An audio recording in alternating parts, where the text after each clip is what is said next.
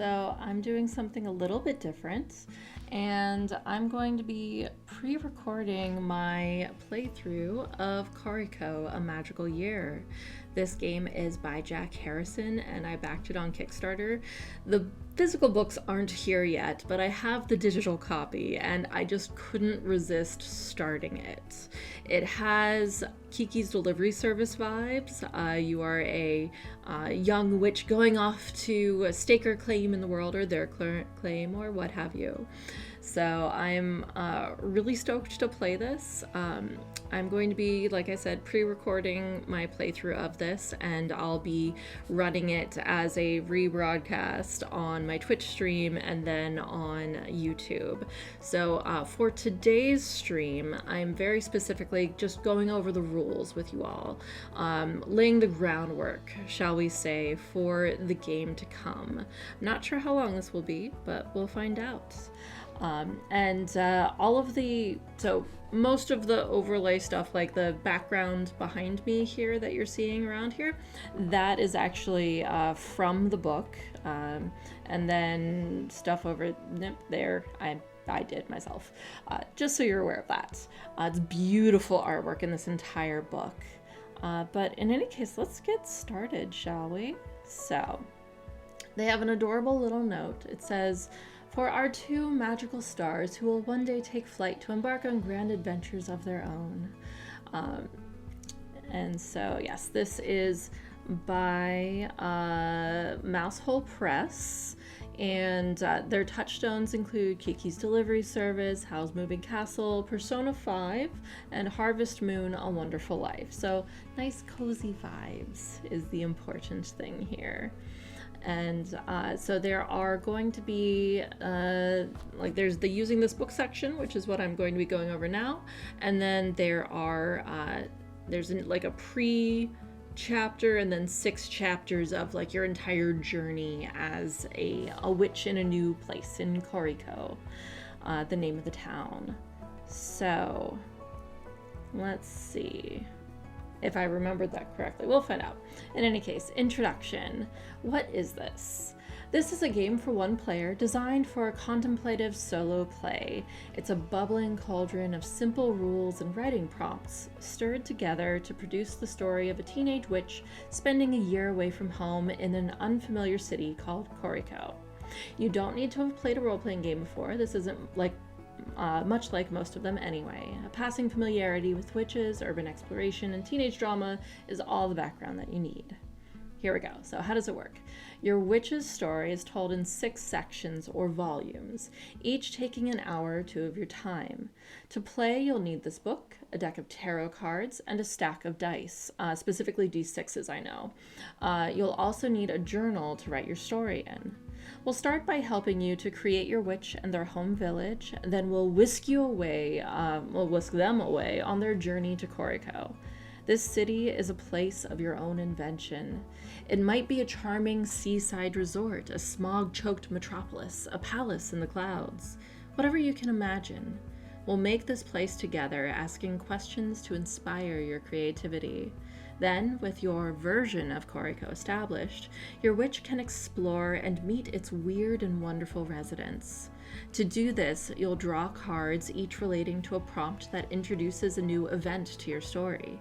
These prompts are a chance to exercise your creative writing muscles, and when things get risky, we'll add dice to an increasingly precarious stack. At the end of each volume, you'll pause to reflect, spending time resting before writing a letter home to your witch's mentor. Then, perhaps after a break, we'll move on to the next volume of events and ephemera. In this way, you'll be guided through the gentle rhythms of the year. Then, as winter draws to a close at the end of your witch's year in the city, you'll make their biggest decision yet. Will they stay in Corico to remain the city's resident witch, or leave? Back home or off to pastures new? Then they include some safety information here. So intentions, stories produced by this game should be lighthearted and tender. The idea of a 16-year-old traveling alone to a strange city is fraught with safety issues, and Kiki was even younger. But we're trying to tell a fun coming-of-age story, not a grim tale about child endangerment. You'll have a better time with this game if you embrace this intention. I 100% agree with this. So themes. There are some themes that will occur regularly in this game that are worth mentioning.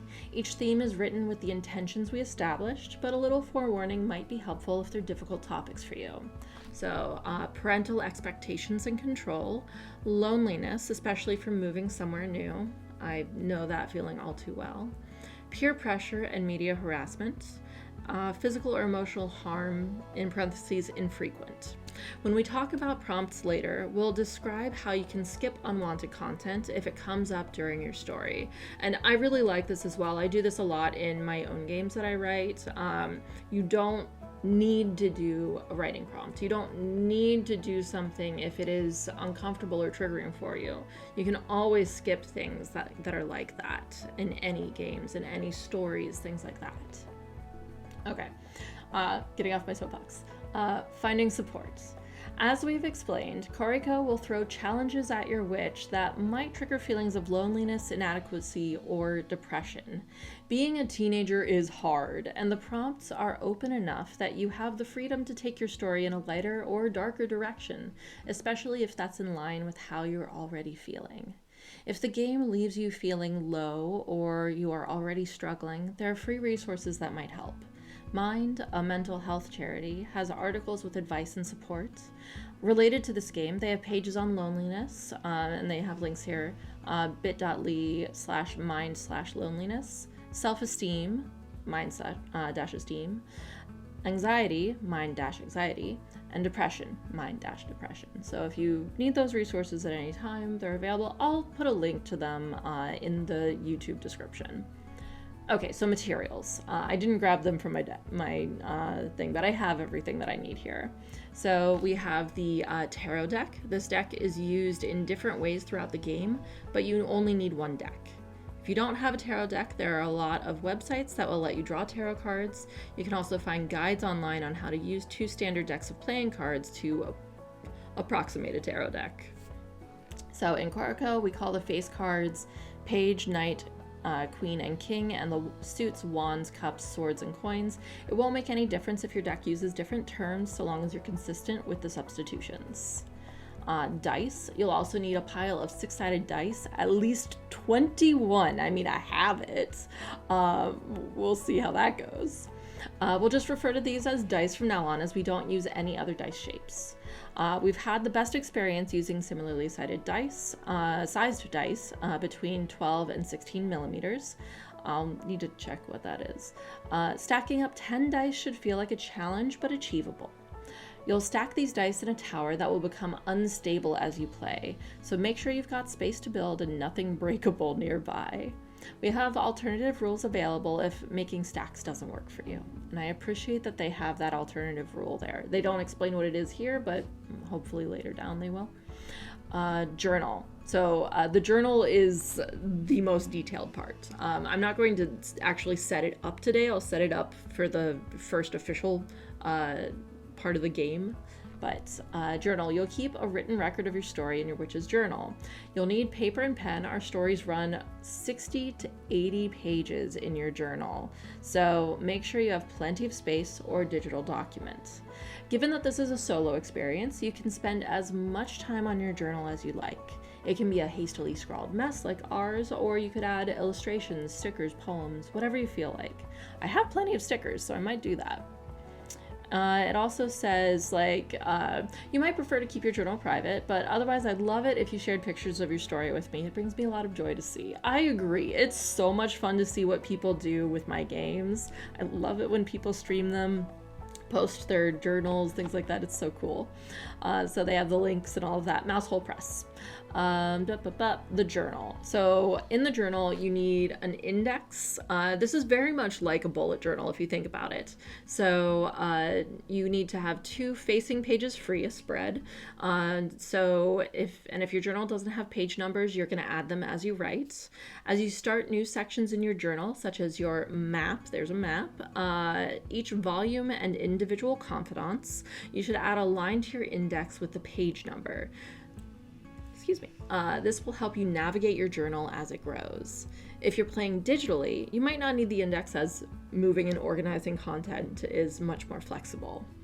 Then we have the map, which is the 2 pages after the index. This isn't a scale representation of the city with roads and rivers, it's an organizational tool, which is good because map making challenging. So you split each page in half horizontally, so like half. So you have it like this, with a line, creating 4 equal sections, and label them with the 4 tarot suits: wands, cups, swords, and coins. I would say that if you have different suit names, then just assign it those names. And if you're playing digitally, you can use a whiteboard app instead. Each of the tarot suits has a particular vibe in this game. In the physical space of your city, these might be expressed as districts, except that cities are rarely divided into neat quarters. Facts. Instead, think of the suits as a way to shape and color the story you tell. When you introduce confidants to your story, which we'll talk about later, you'll add tones to your map. Places, details, feelings. For example, if you meet the Fool, you might add perfumed fountains, gilded portraits, and loveless hearts to the swords section of your map. You might then draw on these tones the next time you get a swords-related prompt. In this way, as you meet more confidants and add more tones to your map, your picture of the city will grow richer and more varied. And then we have 4 skills as well. So the next spread after your map is for your witch's skills. Skills are broad categories covering physical, mental, and emotional abilities. You'll use them when your witch does something risky and you need to stack dice. Split each page, once again, in half horizontally with a line, creating 4 equal sections, and label them with the 4 skills. Power is bravery, sorcery, and persuasion. Craft is potions, tricks, and method. Care is kindness, intuition, and healing. And lore is curses, visions, and history. Leave plenty of space in each section to write lessons, your witch's formative experiences. We'll talk about skills and lessons on page 19. For context, we're on page 15. Entries and letters. After skills, you'll begin writing entries and letters, which are a lot like real diary entries. They're written by your witch using their voice and perspective. You should start a new page for each entry or letter. We'll explain entries and letters when we talk about writing on page 18. Confidants. The final thing you'll put in your journal are confidants, friends, rivals, teachers, and other pivotal folk that your witch might meet as you play. We'll talk more about them later, but as each one is introduced, set aside a new page and record all their details on it, their name, description, and page reference from this book. You might add notes to their page as you spend time with them, so leave plenty of space and add the page to your index so you can find it later. A really good idea, this is me, would be one of those journals, when I have one, I'll use it for this, where you have the individual pages that you're able to move things around. So if you need to add more details to something, you can. Might be useful. Kind of messes with the page numbers, but if you think of it as section numbers instead, then you're a little bit more flexible. Okay, prompts. A note on prompts. A prompt is a collection of statements and questions to inspire your story. When a prompt is introduced, it often makes something true in your story, an event or a feeling. You're then asked to respond to it with 1 or more questions. Here's a prompt you might answer in this game. A villager has a strange problem, and your mentor asks you to take the lead in aiding them. What trouble do you uncover? What mistake does your mentor save you from making? This prompt establishes quite a few things. Villagers come to witches with problems, your mentor wants to push you, someone is in trouble, and that you almost made a mistake. This is how your story grows. Sometimes prompts are more reflective, simply asking questions. What will you miss most about home? What are you glad to leave behind? Even here, though, we've established that there are things your witch will miss, and there are things they are glad to leave behind, new details to build upon. Even here, your story grows. Suggestions. Most prompts have a short list of suggestions, usually related to one of the questions. Here are some suggestions you might find for a prompt. So they're like tiny little things. Sugar gremlins, swollen buds, siren chorus, noxious floods. I like that it rhymes. I wonder if that was on purpose. You're welcome to use, modify, or ignore these suggestions as you like. They might spark a cool idea that you would take in a wild direction. They might be irrelevant for your story, or they might be just what you need. Okay, sorry, I accidentally clicked away from it. Okay, interpreting prompts. If you're unsure about what something in a prompt means or what it's asking you, that's okay. Look at the suggestions to see if they help clarify things, or just go with whatever interpretation you find most interesting. Getting prompts. There are 3 ways you'll get prompts: cards, choices, and dice rolls. Most of the game will be driven by prompts that you get from cards, but we don't use those in the first volume, so we'll talk about them later. For now, you'll either be asked to choose or roll for a prompt on a list. I like that. You'll choose when the choice is intentional or significant to your witch. Choose freely, reading them all first or picking one that catches your eye. Otherwise, you'll roll for a result on the prompt list. These lists are labeled from 1 to 6. Roll a die and match the result as directed. Sometimes you'll be asked to get more than one prompt, often from different sources, combining them to inspire the next part of your story. Prompts may repeat themselves. For a more interesting and surprising story, only use each prompt once. If you're rolling for a prompt and you get one you've previously answered, you can always shift your die result up or down by 1 until you get something new, or just choose freely from the list instead. Skipping prompts. Whether through dice rolls or card draws, many prompts in this game will be given to you using a random method. On occasion, this may result in you getting a prompt that you find either doesn't fit your story or makes you, the player, uncomfortable. In these situations, you are always welcome to ignore the prompt. If it's a card and you don't want to see it again, remove it from the deck. You might want to replace the prompt, drawing another card of the same type, for instance. Otherwise, just move on to the next part of the story. The game is flexible. You can skip a few prompts without issues. Writing, big section. A note on writing. Lots of games, produce incredible stories that are never written down. When you play with friends, each of you is witness to the story and part of its creation. These stories live on in our shared experience, even if there are no artifacts of play like notes, photos, or sketches. When playing alone, though, it can feel a little nebulous to create and manage a story entirely in your head. As such, when this game asks you to consider a prompt or summarize an experience, the end result of your creativity will be recorded in writing. The page is the witness.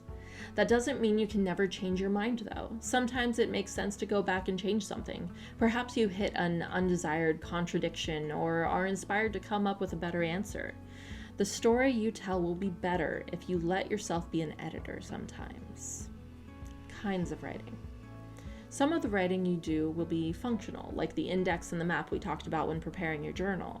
Most of it, though, will be in character as you use your witch's words to record their experiences. There are 3 kinds of this in-character writing you'll create as you play: entries, letters, and lessons. Each has their own style and format. Entries are part of your witch's journal. You'll often be asked to create a new journal entry, answering 1 or more prompts with some writing. Entries should be fairly short, 2 or 3 paragraphs is probably right. Sometimes you might end up writing more if something particularly momentous happened, but if you're constantly writing reams of text for each entry, you might find your stamina flagging by the end of the game. Consider the voice your witch uses when they're writing just for themselves. Are they playful, droll, optimistic, or something else? Letter writing. At the end of each volume, your witch will write a letter to their mentor back home. These letters should run for 4 or 5 paragraphs. You'll use some special prompts to construct your letter, a coda and some chosen reflections. The coda introduces something new to your story to wrap up the volume, while reflections mostly draw on your existing entries. Incorporate all of these prompts into a single letter. Consider the voice your witch uses when they're writing for their mentor.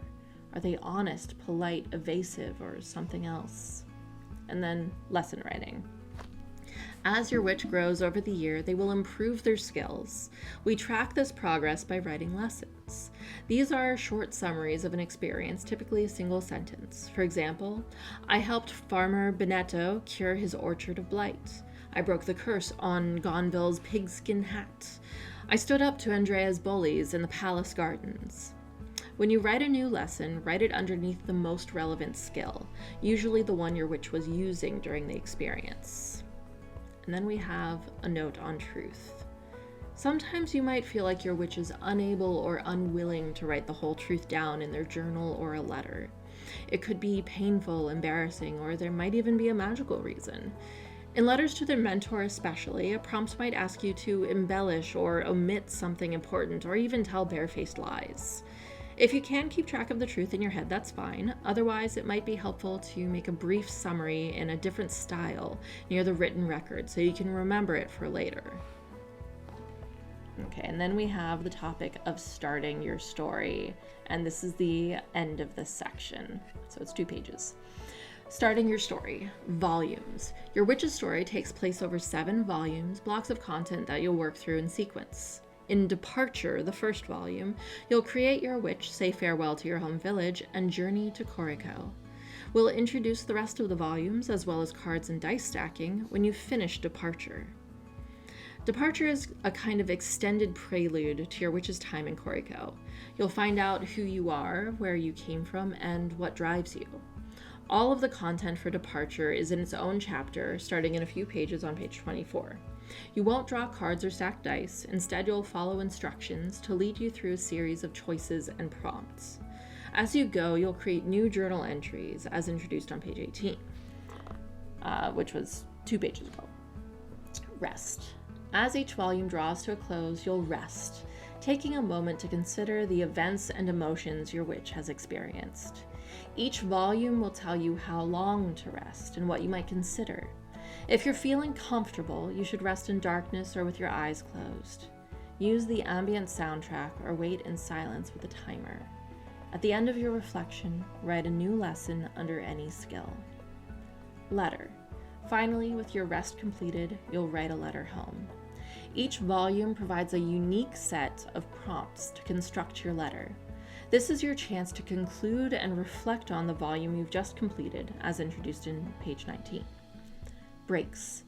Each volume is designed to take between 1 and 3, I said 1 and 2 earlier, 1 and 3 hours to complete, depending on how much you write for each journal entry and the kind of prompts you choose. Consider taking a break between volumes, whether for a few minutes or a few days. It's always better to break up play at the end of a volume rather than partway through if you can, but it's not a big deal if you can't. Making changes. The lists and suggestions in this game will sometimes give specific examples and names. Your witch might carry a lime green pocket radio or their friend might be called Rupert. Other times you might need to come up with something to fit a format, like a precious stone or a bird of prey. Choices are generally drawn from a real-world, mid-century, so 1950 to 60s, aesthetic. This is colored by the presence of magic, but it's mostly a low magic, insignificant or forgotten in everyday life, existing on the fringes. My favorite kind.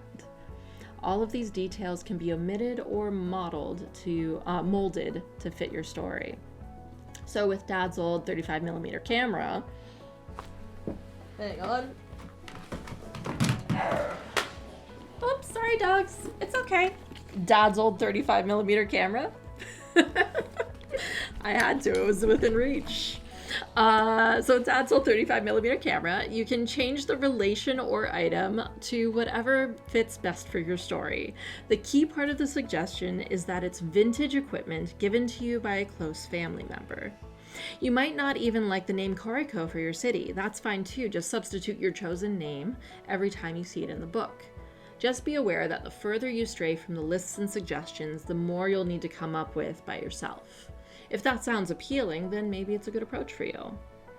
And finally, ready to play. We'll introduce some more rules later, but you now have everything you need to start playing Departure. Turn the page to begin your journey. And that is where we will stop for today and continue next time with Departure. I'm really looking forward to playing this game. I hope you enjoy the experience of playing alongside me, watching me play this game. I'm very much looking forward to it. But in any case, I hope you all have a wonderful day, and I will see you next time. Bye.